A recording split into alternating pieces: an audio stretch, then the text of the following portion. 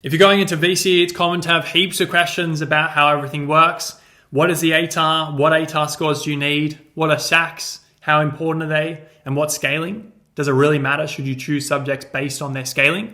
And so after graduating back in 2015 with an ATAR just below 98 of 97.65, and since then running Ed Accelerator and helping hundreds of students throughout high school, in this video, I'm going to share everything you need to know about VCE to number one, set yourselves up for a really high ATAR score, but also ideally get into your dream university degree.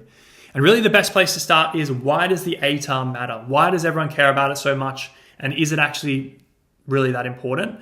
And the reality is, the reason why people care about it so much is for these types of degrees, it really is your golden ticket into them. So for example, for me, I got into law, which required an ATAR of about 98 at Monash. I actually got just below that, but I still got in.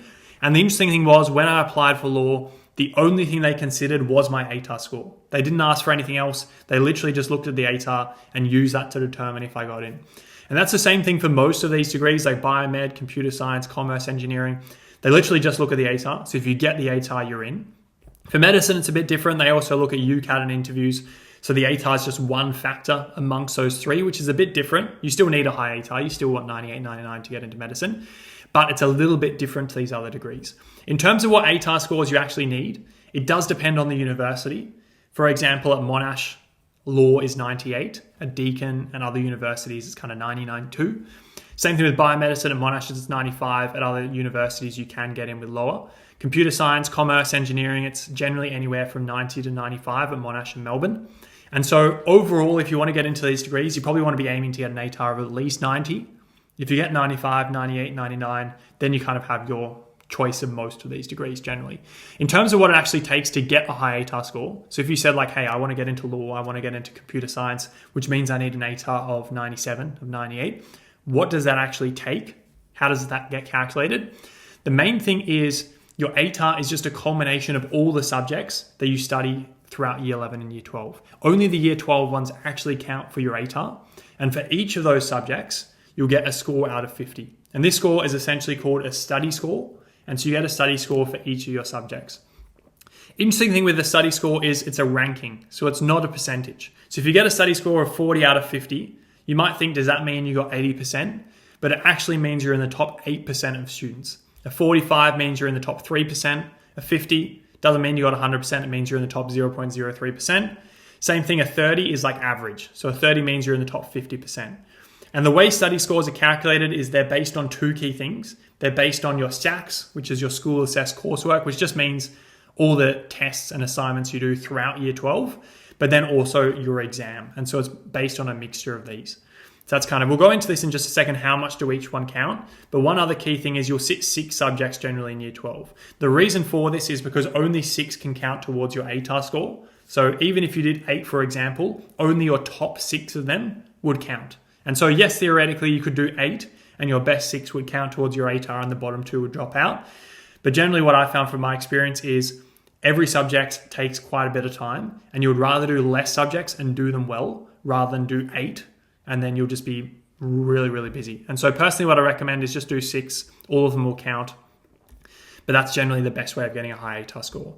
Now, in terms of how these study scores get calculated, so if you want to get a high ATAR, you really want to be getting above 40 in as many as you can. Ideally, you'll get kind of lots of 40s and then maybe a few that were slightly higher. That's essentially what I did, which is what allowed me to get an ATAR just below 98. In terms of how it's calculated, we talked about how it's based on SACs, but also then the exam. How important are each part? This is an interesting look at one of my subjects here, which is business management. So this particular one, I got 50, which is the highest score you can get. So it means you're in the top 0.03% of students in the state. But the interesting thing with this is throughout the year, my SAC scores was 88%, which is pretty good. But on the exam, I got 88%, which was kind of what you needed to get a 50. It was right at the top. And that actually scaled my SACs up to 100%, which ultimately allowed me to get a 50. And so what that kind of taught me, particularly when I looked at all my other subjects as well, my SAC scores compared to my exam score, it kind of showed that yes, the SACs are important. Yes, you want to do well on them throughout the year. If you're doing badly on them, is it possible to get a really high study score at the end of the year? Maybe, but it kind of shows that you're not doing that well overall. Like I know the subjects where my SAC scores were lower, Came to the exam and I didn't feel that well prepared because I hadn't learned things properly. And so overall, you do want to do well on the SACs, but the exam is really what matters. Like if you do really well on the exam and you ranked number 1 in your school, your SAC scores are just going to get scaled up to whoever got the highest score. And so number 1 priority, making sure you do well on the exam. SACs are kind of just like an indication of how well you're prepared throughout the year. And so it's a mixture of both. The exam matters most, but yeah, you still want to do well on SACs. In terms of how this contributes then to an ATAR, so yes, you get these scores for each subject, but how does that then lead to an ATAR score? Basically what happens is they just add all these scores together. And same thing with the study scores. Your ATAR isn't like a percentage. Like 99 doesn't mean 99%. It just means you're in the top 1% of students in the state. So for example, 90 means you're in the top 10%, 95 means you're in the top 5%, 99 means you're in the top 1%, 99.95, which is the highest score you can get, means you're in the top 0.05%. And so that's kind of a key thing with both the study scores and the ATAR, in that they're rankings, they're not percentages. So that's one common thing which I know it kind of confused me when I first went into year 11. In terms of how the ATAR is calculated, there is essentially 2 different types of subjects and they contribute to your ATAR in different ways. So there's your top 4. The top 4 subjects contribute most of your score. And the reason for that is their entire score counts towards your grade. So for example, for business, I got 50 out of 50. So 50 points contributed to my ATAR. Economics, I got 44, so 44 contributed. English, 41, PE, 41. So that gave me 176 out of 200. So for these top 4, they call them, all of it counts. The interesting thing is though, for the bottom 2, they only count for 10% each. So for accounting, I actually got 40 out of 50, but only 4 would have counted. And for maths methods, I unfortunately didn't do too well. Only 2.4 out of 5 counted. So I got 24 out of 50, and so only 2.4 counted. And this is where kind of the strategy that you would take in year 12 is interesting, because we know these bottom 2, they don't count for much. Like if I'd have got 35 in maths methods, it would have literally given me 1 more point. Whereas if I had have used that time to get 46 rather than 44 in economics, then that would have had a bigger impact on my ATAR, for example. And so personally, what I did is I started year 12 and I focused on all the subjects the same amount. I was trying to get a super high score in business management because I thought that was one where I could do particularly well. But all the rest, I kind of left them pretty even. I actually did accounting in year 11, so I'd already got that score. But then what happened, about a term in, I did the first SAC for maths methods and I didn't do very well at all. And I realized I was finding it quite difficult. All the way throughout high school, I'd been kind of decent in maths. I got worse and worse as I got towards year 12. But after that first SAC, I realized that I was going to need to do a lot of work for maths to do well. To get 35, it would have taken a huge amount of work. I would have needed to get extra tutoring. I would have needed to put in a lot of extra work. And so I kind of tried to figure out, is it worth it or not? And I made the decision that I was happy not to do commerce. Initially, I wanted to do commerce, which requires you to do methods. But I decided at that point I wanted to do law. And I realized law doesn't need maths. You don't need to get a good score in maths to do law. And so it was at that point I essentially just decided to give up on maths methods. And I didn't really do anything for the rest of the year. And that was probably one of the major reasons why I did well in these 2 subjects, particularly BizMan and economics. I did so much work for these subjects, way more than all the other ones, because I essentially gave up on this one. So I wouldn't recommend everyone doing that because it probably depends on what you're doing from a year-to-year basis. But there is advantage because these bottom 2 don't count for much. Yes, you can put in heaps of work on them and get 4 out of 5 for both or 4.2 out of 5 for both. But often it's easier just neglecting one of them and getting a bunch of extra points in one of these in return, which is what I did. And so basically you can see here, these top 4, they contributed 176 points. These next 2 contributed only 6.2. So they didn't really contribute much at all. And so that's interesting. So this was my total raw score, which is 182.4 out of 200, which then contributed to a 97.65 ATAR overall. And so you can see, to be in about the top 2 and a bit % in the state, you don't have to get like 50s and everything. You just need generally 40s in most things, which means you're in the top 8% or so in most things. And then if you have like 1 that's really high, then that's ideal. Now, the only thing that factors into this is there's a thing called scaling as well, which this here is just my raw scores. But then all of these things got scaled based on the students who are sitting these subjects, which this is really confusing. A lot of people often ask questions about this. So I will go into how does scaling actually work and how does it impact your scores. And so probably the best place to start is just looking at how does scaling affect my scores. So BISMAN, if you get 50 in a subject, it doesn't scale down. BISMAN normally does scale down a few, which means, for example, if I'd have got 49, it would have scaled down to like 47 or something, which shows the difference between 49 and 50 for a subject like this is a lot. Economics, 44 scaled up to 45.2. English, 41 scaled to 40.2. PE scaled from 41 to 39, which meant it actually dropped out of my top 4, and it was actually my 5th subject in the end because of scaling. Whereas accounting, I scaled up 1, so it went from 40 to 41, and it was in my top 4. So you can see that scaling actually impacted what scores were in my top 4, because PE originally was, but after scaling, it wasn't. So that's interesting. And then my methods actually scaled up a bit from 2.4 to 2.9, which doesn't really have much impact. And so that took up my total raw score from 182.4 to the scaled score was 183.2, which is ultimately what contributed to my ATAR being 97.65. Now, in terms of how scaling works, often people will say, is scaling based on how hard the subject is? PE is easy. You're just doing sport, so it scales down. Whereas economics is harder. It's more difficult, so it scales up. That actually has nothing to do with how it scales, surprisingly. So each individual subject is scaled up or down based on the cohort of students sitting the subject. So if you think about it, imagine a subject like specialist maths or maths methods. What type of students sit these subjects? Is it like average students? Is it below average students? It's not. The people who do maths methods and specialist maths are generally all getting super high ATAR scores. Like a lot of people who get 99, 99.5, 99.95, they're all doing specialist maths and math methods. And so if you think about it, it's harder to be average in maths methods. It's harder to be average in specialist maths because everyone's so good. And so that's why maths methods, for example, scales up 5 and specialist math scales up 10 or 13 or something crazy, because the quality of students sitting in these subjects is so high. And so scaling is essentially just meant to make it equal between each subject. PE, on the other hand, are all the kids who are getting 99.95 ATARs, are they all doing PE? Obviously not, because it scales down.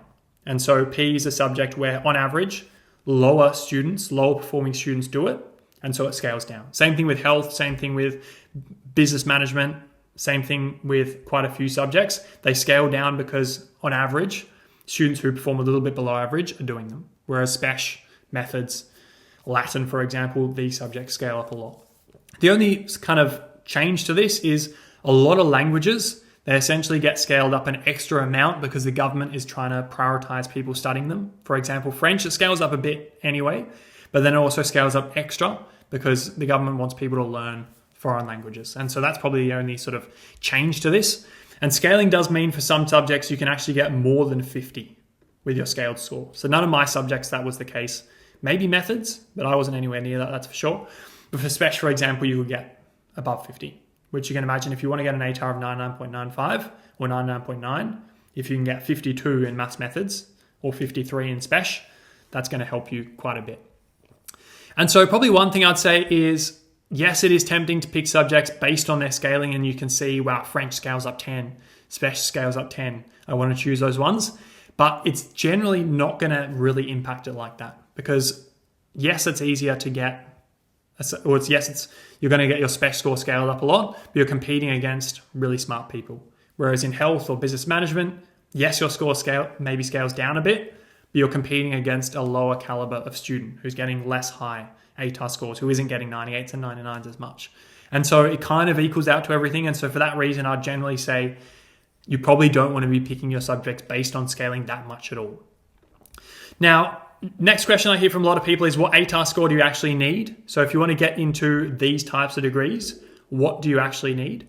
And this here is kind of a good estimate. So for medicine, generally you need a 99 ATAR. Maybe you could get away with 98 if you have a high UCAT and you do well in the interview. If you need a high ATAR plus good UCAT score, probably 90th percentile minimum, ideally more, and a good interview performance. For law, you generally want 98 ATAR. Again, you can get in with slightly less like I did, but 98 is a good thing to aim for. Biomedicine, commerce, probably 95. Engineering, 92. That's generally what you want to be aiming for. If you do get a really high ATAR, like 98, 99 or beyond, then you can probably study at one of these universities as well. So for universities like Harvard, Oxford, Yale, Stanford, MIT, like international universities, your ATAR does generally need to be extremely high. This is probably more what you would need for Australian ones like Monash or Melbourne or ones in other states. For international universities, probably want to be aiming for 97 plus, I would say. And so From all of this, we know that ATAR is super important. It's really the golden ticket into all those top degrees. You need a high ATAR score. ATAR is based on your study score. Your study score is based on your scaled score, or study score is based on your SACs plus your exam. And so how should you pick subjects where you can get the highest possible study score? What subjects should you pick? And so there's kind of a few key factors. There's 4 key secrets that I generally recommend people think about when they go about picking their subjects. The first one is just knowing your target degree or career. So this is something that I actually didn't have clarity on until the end of year 12, but ideally you have clarity on this earlier on. So you know what you're interested in, what you enjoy. Ideally, you can get some experience in the field beforehand. It's like I know some students who they're in year 9, they're in year 10, and they're volunteering at hospitals or they're volunteering at law firms just to understand like what's it actually like to work at these places, because it's kind of hard to know otherwise. Another good thing is if you can speak to people who are in the field, that's going to tell you a lot. I know when I was in year 12, the thing that really made me choose law is right at the end of year 12, there was a careers night.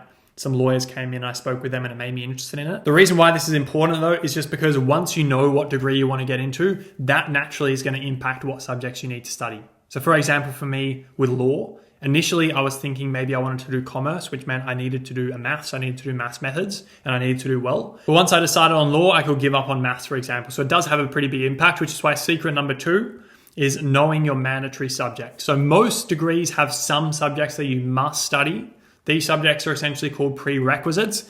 And the key thing is if you don't study these subjects, there's just no chance you're going to get in. It's the same thing with it if you don't get a high enough ATAR. If you don't study the prereqs, they're just not going to consider you. It doesn't matter if you get a 99 ATAR and it's an 80 degree, they're just not going to look at you at all.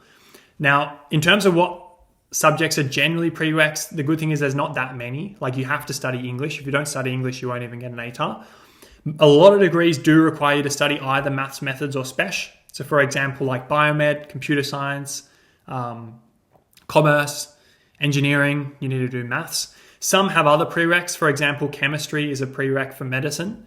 And so it's definitely worth checking this because I know a lot of people who, for example, there's a lot of people who I've spoken to who want to get into medicine and they're not studying chemistry. And it's like they need to change into it immediately, otherwise they can't get in. Same thing if you want to study commerce. If you're not studying methods or spec, you're not going to be able to get in. So this is definitely one thing you want to check. You can look this up really easily. You just go on the university website. They'll tell you what the prereqs are so you can make sure to choose them. Secret number 3 is just knowing what you're good at. So this is something that I really focused on in year 11 and year 12. In year 11, I was in French and I was doing okay, but I wasn't doing that well. And I just knew that I'm good at memorization subjects. I'm good at content subjects. Business management was one of them. I was interested in it as well. And so I moved into it and I got 50 into it. So I only started in year 12. I didn't do the 1, 2. And so a lot of people often ask, if you don't do it in year 11, is it okay to switch for year 12? A lot of the time it's fine. For me, it was for BizMan. But knowing what you're good at is really the key thing. Like if you look at the subjects that I chose, a lot of these subjects are subjects which people would often say maybe don't choose if you want to get a high ATAR. BizMan, economics, PE, accounting. I didn't do spec. I didn't do chemistry, biology, physics. I just did subjects that I was good at. And that allowed me to do well. And so that's definitely one thing I would say. Choose subjects you're good at because you're going to study more. You're going to be more motivated to study for them. And ultimately, it's going to lead to a higher score. Other thing is just knowing what you enjoy. So like if you choose subjects which you enjoy, you're more likely, again, to put in more study. You're more likely to do well. Like if you looked at what were my 2 favorite subjects going into the year, it was definitely these 2. As soon as I started getting into them, I really liked them. What was my least favorite subjects? It was definitely these 2. So I actually like PE, but I didn't do as well.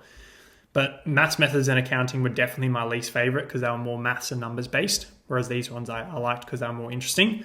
And I naturally just put in way more work for these. I spoke about these with my friends, with my parents to do a little bit of extra study because I liked them. And so secret number 4 is definitely just choosing subjects you enjoy because you're much more likely to put in the extra mile and actually do well. And this is really where that trap of choosing subjects that scale up a lot comes into play. I know there's a lot of people who I went to school with who chose subjects like spec just because it's got scaled up a lot. They hated it and they didn't do very well. They got like 22 or something and it scaled up a lot, but they still didn't do anywhere near as well as if they had have just chosen a subject which they really liked and they would have put heaps of work into. And so main things I'd say in terms of how to choose the subjects that will lead to the highest possible ATAR score. Number 1, try and get as much clarity on your target degree and career as possible. You're not really going to know until you start taking action. So ideally you can take action in some way. Based on that, you'll know your mandatory subjects. You can just search this up on the university website. Based on that, then you want to also know what you're good at, because you want to pick subjects you're good at, you're more likely to do well in. But you also want to choose subjects that you enjoy. If there's a balance between subjects that scale up and subjects that you're good at and you enjoy, you always want to choose subjects that you're good at and you enjoy. Because we spoke about how scaling doesn't really give you an advantage at all. And so the final thing from here is, well, what should you do right now? If you want to maximize your chance of getting a high ATAR score and ultimately getting into a dream university degree, what can you do right now to maximize your chances of success? And I'd say one of the first things is just experimenting with different options. Like, one of the good things about being in high school, particularly not being towards the end of year 12, you have to pick your degree, is you can experiment with all of these different things. This is something I didn't really do in year 12 or year 11 or year 10. I didn't really think about it that much.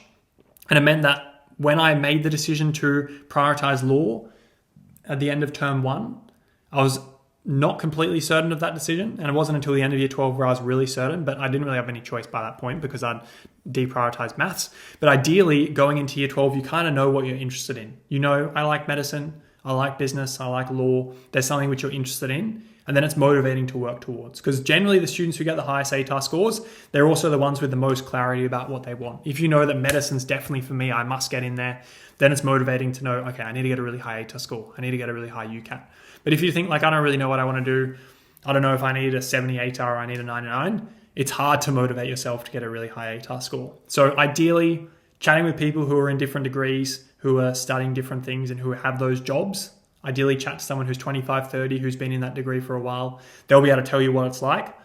But then also just doing some sort of volunteer or work experience you can see for yourself is really good. Also on YouTube, there's good videos about what it's like to study these different things.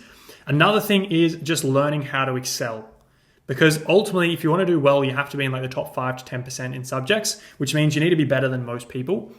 And you need to figure out what process works for you in terms of getting really good at a subject. Because ultimately, if you can do well in something once, like if there's a subject in year 9 or year 10 or year 11 where you can be like rank 1 in it or rank 2 or in the top 5 out of like 200 people in your year, then you can take that same process for how you studied for it and apply it to other subjects. This is something I really stuffed up in year 11. I did accounting as one of my year 12 subjects in year 11. I did heaps of study. I probably did more study than basically everyone in my class. I did like 50, 60 mock exams. Most people did like 10, 15. And I didn't do very well at all compared to them. Like, I still got a 40, which is pretty good. But there was a bunch of people who I was friends with who got 45, 47, 49. And they probably did maybe 20% of the work as me, 30% of the work as me. And the reason was they knew how to study effectively. They knew how to allocate their time on the things that actually mattered, whereas I didn't. I did heaps of mock exams. I didn't reflect on them properly. A lot of them were a waste of time. I spent heaps of time making notes that I never looked at again. And it was only when I changed my approach going into year 12 for that subject, business management, I kind of took all my learnings from year 11, figured out how to study properly, apply them all for business management, and I did well on that one there. But if I had have applied that to all my subjects, if I had have learned that earlier in year 10 rather than year 12, my ATAR would have been even higher, for example. And so that's probably 2 main things to do now. Figure out how to study so you know how to actually master a subject and be the best at it. But then also figure out what you actually want to study. Because it's a lot more motivating trying to get a high ATAR and studying in year 11 and year 12 when there's a goal to aim for. Most of the time, when you're not motivated, it's because there's not a clear reason why. You don't really know why you're studying. And so hopefully that answered a lot of your questions about how VCE works, how ATAR works, how important are SACs, how does scaling works, so you have a bit more clarity on what it actually takes to succeed. I'll be posting a lot more videos on what I did to get a 97.65 ATAR, but also specifically the processes that I used to get a perfect 50 in one of my subjects. And so subscribe to the channel. I'll be posting a lot more videos in the next couple of weeks and months. And most of all, good luck for year 11 and year 12.